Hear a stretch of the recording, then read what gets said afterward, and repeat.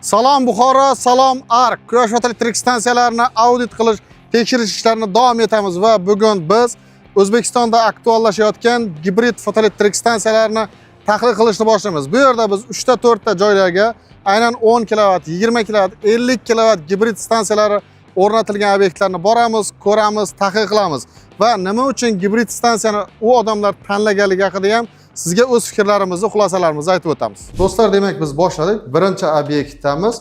Nodirxo'ja aka, bu obyekt haqida bir ozroq ma'lumot bersangiz. Biz bu yerga bu Albarakat 4 konditerskiy sex Albarakatga biza 186 kilovatlik quyosh panellarini 10 grid sistemada o'rnatib berganmiz. Undan keyin bu yerning rahbariyati endi Mansur akamiz iltimos qiluvdilar.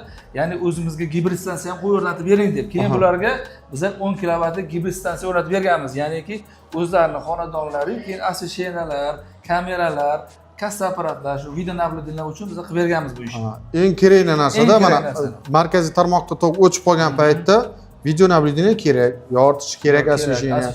Uyda tok bo'lishi kerak. Aynan shular uchun gibrid. Bu juda ham zo'r konsepsiya. 100% on grid qo'yganingiz bilan tarmoqda tok bo'lmasa, siz elektrsiz qolib ketasiz. Shuning uchun bir qism iste'molingiz uchun aynan gibrid qo'yishingiz kerak. Qarang, umumiy nagruzkasi o'sha gibridga ulangan asoshenaya kameralar necha kilovat atrofida? Hisoblaganda 5 kilovatga ham bormaydi. 5 kilovatga ham bormaydi. 4,5 kilovat. Aha, xo'p, unda obyekt demak 10 kilovatlik Solis gibrid invertor qo'yilgan, 5 kilovatdan 2 ta Craft akkumulyator qo'yilgan, ya'ni 10 kilovat. Demak, 2x bilan qo'yilyapti. Sababi akkumulyator ham baribir 0.5 C bo'lishi kerak. Ushlab turib berish uchun kamida 2 soat yuklamani ushlab beradi. Xo'p, sekin ichkaridan ochaveramiz. Xo'p. Bu tomonda DC quyosh panelidan kelish predoxinitel SPD avtomat. Bu yerda AVR qo'ygan va bu yerda S1 tarmoqdan kelish, S2 tarmoqqa chiqish va S3 uyga ketish prioritet invertorda qo'yilgan. Agar invertor buzilib qoladigan bo'lsa, tarmoqqa o'tadi. AVR xuddi shu formatda ishlayapti. Xo'p, ichkarida bo'lgani uchun PVC kabellar qo'yilgan, FOS qo'yilgan ichkarida bo'lganligi uchun.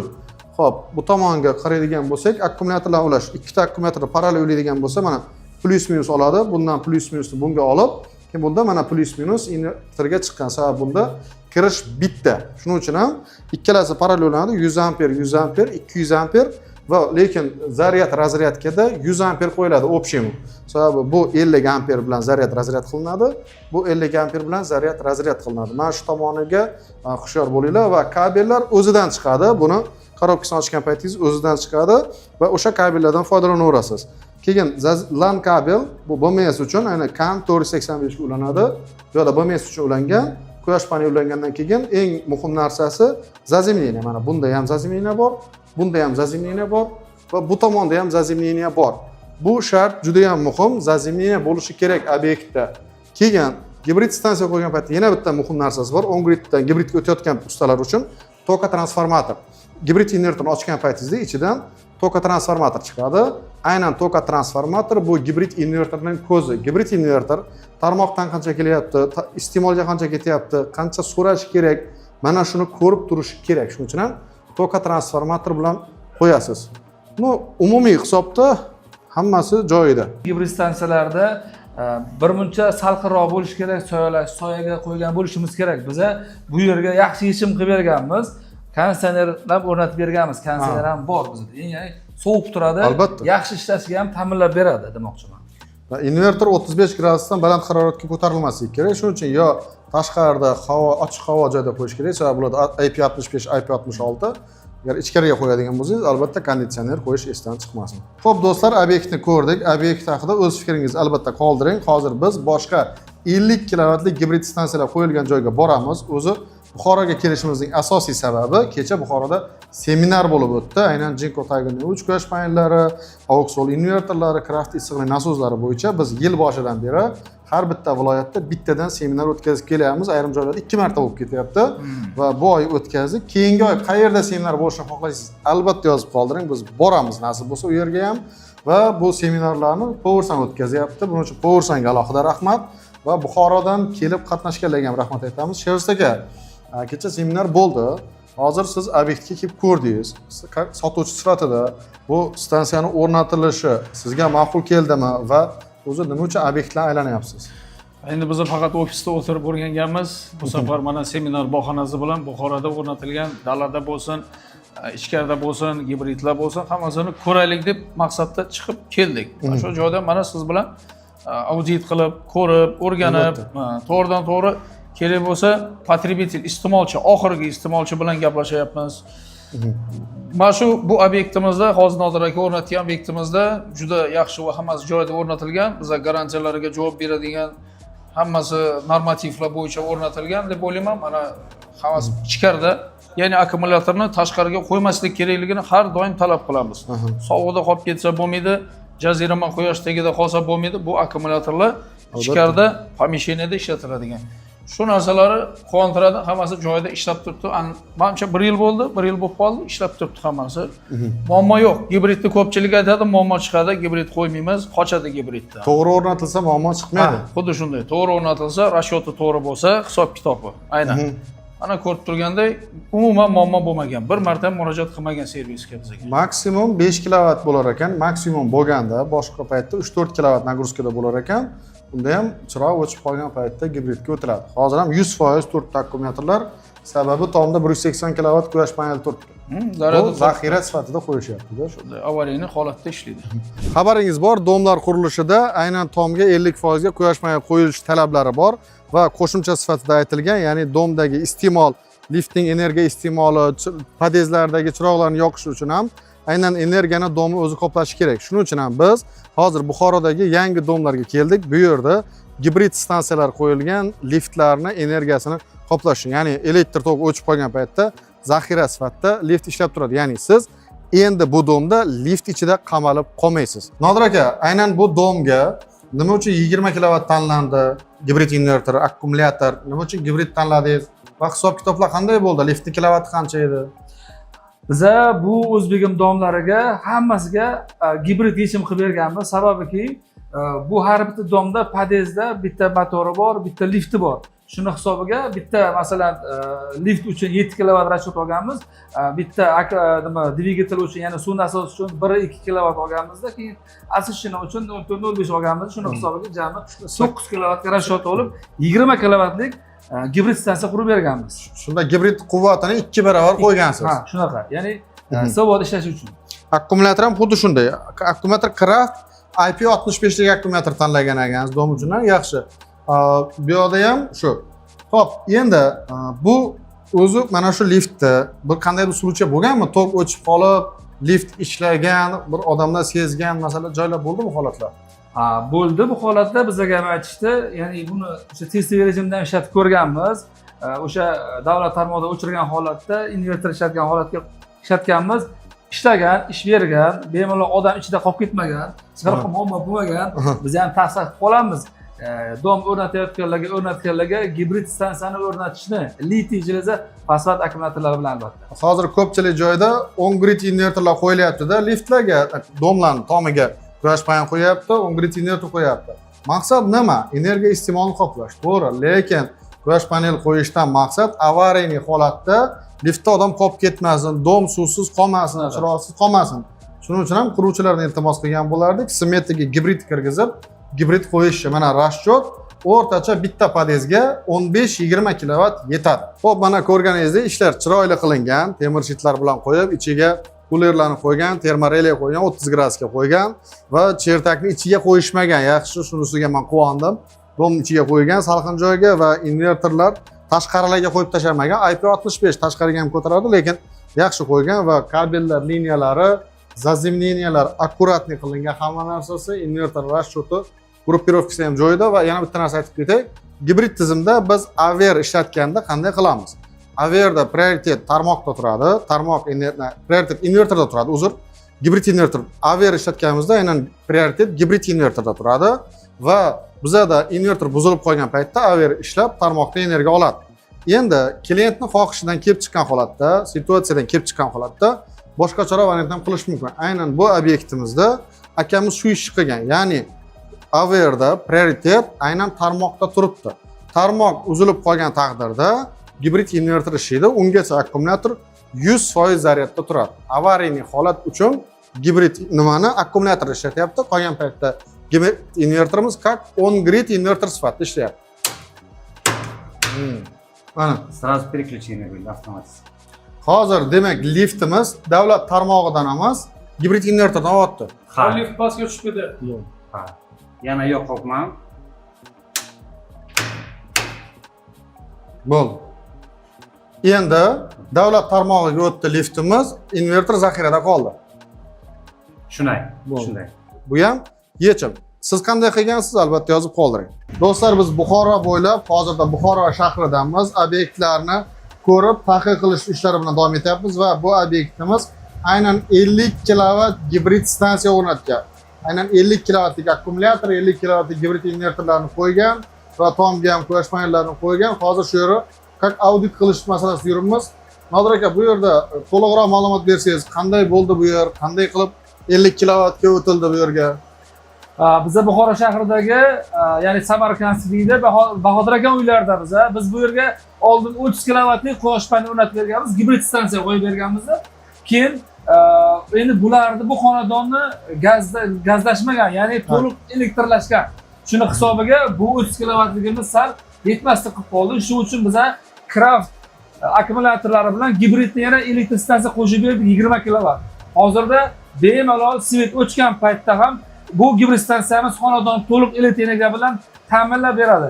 Bizani yana bularga yoqqan tarafimiz har oyda kelib o'zimiz cheska qilib turamiz, invertorlarni qarab turamiz, texnik ko'rik qilib turamiz. Agar buni texnik ko'rik qilmasak, gibrid stansiya tez ishdan chiqish holat bo'ladi. Bu elektr energiya samaradorligini juda pasayib ketishga olib keladi. Shuning uchun biz ham tavsiya qolamizki, boshqalarga har zamonda o'z stansiyalarni borib tekshirib ko'rishni, nazorat qilishni, texnik xizmat ko'rsatishni aytib qolamiz biz ham. Albatta, fotoelektrik stansiya faqat o'rnatishdan iborat emas, doimiy servisdan iborat. Endi bir montajlarni ko'rib olamiz. Xo'p do'stlar, xona kichkina, shuning uchun ham bular xonaga konditsioner qo'ygan. Konditsioner sovutib turadi, mana 23 gradusda ushlab turibdi.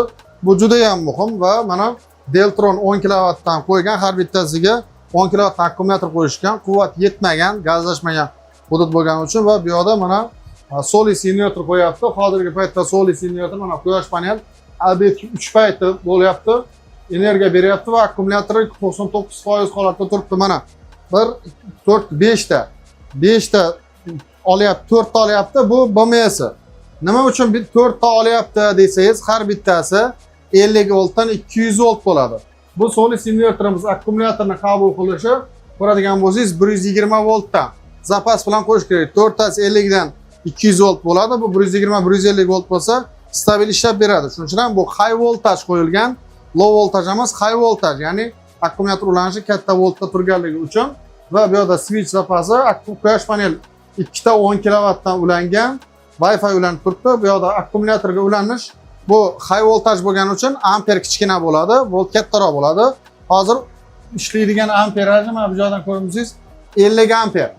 Aynan 50 amper bilan zaryad razryad qiladi. Shuning uchun ham kabel shunga moslashtirilgan, kichkinaroq turibdi va tarmoqqa kelish ketish bor va akkumulyatorni ulaydigan BMS qilingan, generator ulanmagan uchun qo'shmayapti. Bu yoqda shitni tarmoqdan kelish, iste'molga ketish va DC tomoni hozir kuchlanish relesi bularga kerak bo'lmagani uchun releni ajratib qo'yishgan.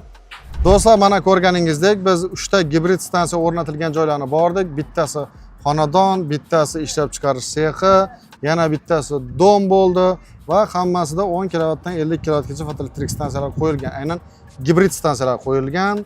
Qo'yilish joylari yaxshi. Gibrid stansiyalarga baribir ham urg'u berishimiz kerak, shu bo'yicha ustalarni ko'paytirishimiz kerak.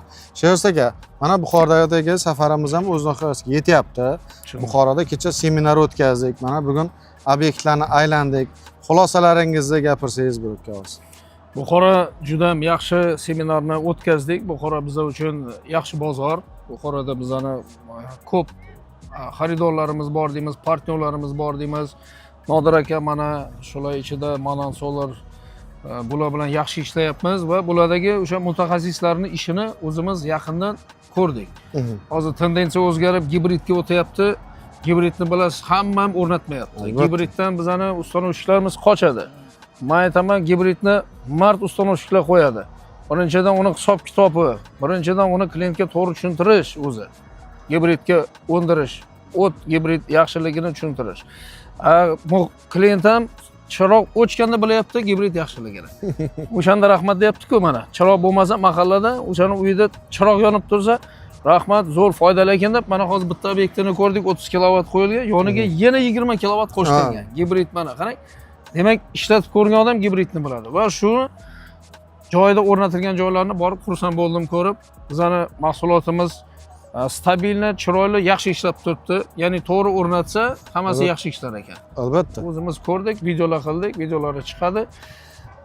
Keyingi seminarlarni albatta boshqa viloyatlarda o'tkazish niyatimiz bor va mana shu hozirgidek qilib boshqa viloyatlarga ham borib bizning obyektlarni, biz bilan ishlab turgan partnyorlarimizning obyektlarini audit qilaylik, siz bilan birga ko'raylik, kamchiligi bo'lsa aytaylik, yaxshi bo'lsa yaxshi, yomon bo'lsa yomon. Albatta. Chunki ertaga hammada bu narsa ishlab berish kerak. Shuncha pulga olgandan keyin. Bozor ochiqlanyapti, ochiq. Kamchiligingizni mijoz aytganidan ko'ra biz aytadigan bo'lsak, tezroq to'g'rilanadi bu narsa. Shunday. Shuning uchun ham siz yozib keting. Keyingi seminar qaysi viloyatda bo'lsin va siz Powersun'ni asosiy mijozi bo'lsangiz, o'sha Auxol Craft invertorlari, Jinko Longji panellar turilgan bo'lsa, Craft akkumulyatorlar qo'yilgan bo'lsa, chiqing bizga aloqaga, kattaroq obyektlarni borib birga audit qilib, tahlil qilib, kamchiliklar bo'lsa kamchiliklarni, yaxshi tomoni bo'lsa yaxshi tomonligini sizga xulosa beramiz. Biron bir ishni qilish uchun ham kimdir yordamchi kerak-da. Biz Toshkentdan Buxoroga keldik. Buxoroda kelganimizda bizni kutib olib, seminarda o'zi boshqosh bo'lgan va hozir mana hamma obyektlarga olib borib aylantirayotgan akamiz bor. Bu Nodirxo'ja akamiz, aynan Mannan Solarni boshlig'i. Sizga katta rahmat alohida va o'rnatgan obyektlarni ko'rdik, juda ham zo'r, qoyil ishlariga. Aka, shu joyda bitta savol sizga. Buxoro ahlini aynan quyosh panellar bo'yicha kayfiyati qanday, fikri qanday? Aynan on-grid tizim, gibrid tizimga o'tish bo'yicha qanday fikrlar bor va sizda asosan gibrid tizimlar ham juda ko'p ekan. Va ular qanday fikrda? Kimlar tanlayapti gibrid stansiyalarni? Xo'p, avvalambor bizani Buxoroga tashrif buyurganingiz uchun rahmat. Avvalambor xursand bo'ldim. Powersun jamoasiga ham, kompaniyasiga ham o'zim nomidan, shaxsan kompaniyam nomidan ham rahmat aytib qolaman. Sog' bo'ling. Tashriflaringiz uchun rahmat. Biz xursand bo'ldik. Endi bu tashriflar bizani Buxoroga, Buxoro ahlimizga ancha bir nima deydi, quyosh panel o'rnatish uchun bir nima deydi, turtki bo'ladi-da, yaxshiroq bo'ladi. Endi bu gibrid stansiyalarimizni biza ko'proq o'rnatishimizdan maqsad bu yerda masalan xonadonlar bor, bir xil gazlashmagan yoki bir tokdan muammo joylar bo'ladi, lekin напряжение past bo'lgan joylar bo'ladi. Shu yerga biza yechim qilib gibrid stansiya o'rnatib berganmiz. U yerga ya'ni avtonom qilgan joylarimiz ham bor. U yerga masalan elektr kerak emas, shu avtonomni gibrid stansiya qilib berganmiz. Shu yerda ishlatyapti. Bu endi yana bir maqsad, eng asosiysi gibrid stansiyani agar o'zini ehtiyojiga nisbatan 2-3 barobar ortiqroqdan qo'ysa, texnik shart ham kerak emas. Asosiysi. Texnik shart bu narsa kerak emas. Osonlashadi. Ha, o'zidan faqat sochish o'chirib qo'yiladi, o'zida ishlatadi.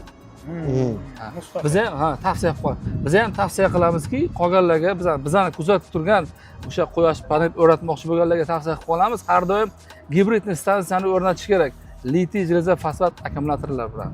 Auxol Craft invertorlari, Auxol Craft akkumulyatorlar bilan o'rnatishimiz kerak. Chunki haqiqatan ham Powersun kompaniyasining mahsulotlariga haqiqatan ham zo'r. Biz oldindan ishlab kelamiz. Mahsulotlari sifatli, avtomatlari ham, deylik panellari ham, deylik o'sha invertorlar hammasi zo'r.